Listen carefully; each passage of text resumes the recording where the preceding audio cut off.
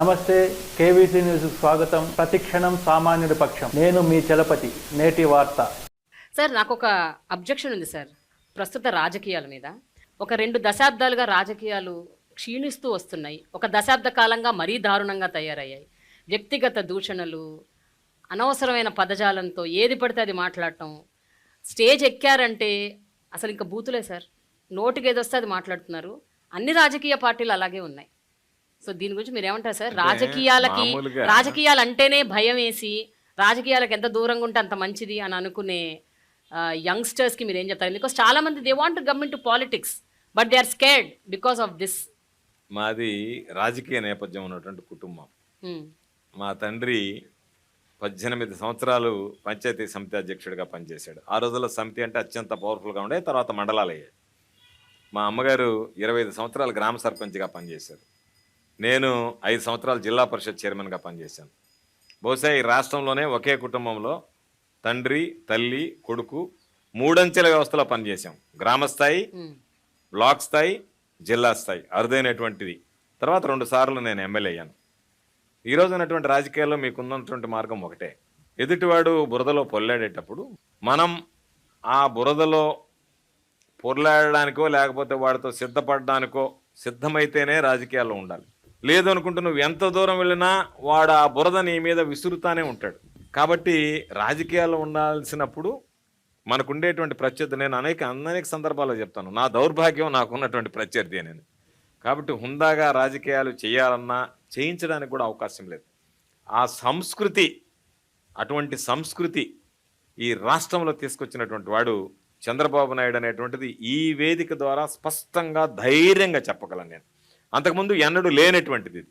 వాళ్ళని రకరకాలైనటువంటివి కేవలం కొన్ని సందర్భాలలో తెలుగుదేశం పార్టీ వాళ్ళు మైక్ తీసుకొని మహిళా ఎమ్మెల్యేలని, మహిళా మంత్రుల మీద వాడేటువంటి భాష సభ్య సమాజం చీకొట్టేటువంటి విధంగా, తలదించుకునేటువంటి విధంగా ఉంది.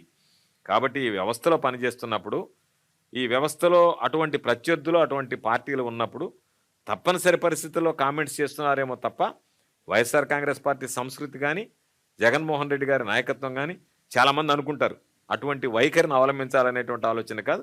మనం చాలా సందర్భాల్లో చూసాం. కానీ సార్, ఒకరు చేస్తున్నారని ఇంకోరు కాదు కదా, అది కాదు కదా, ఇది ఒక సైకిల్ కదండి. అది కాదు కదా.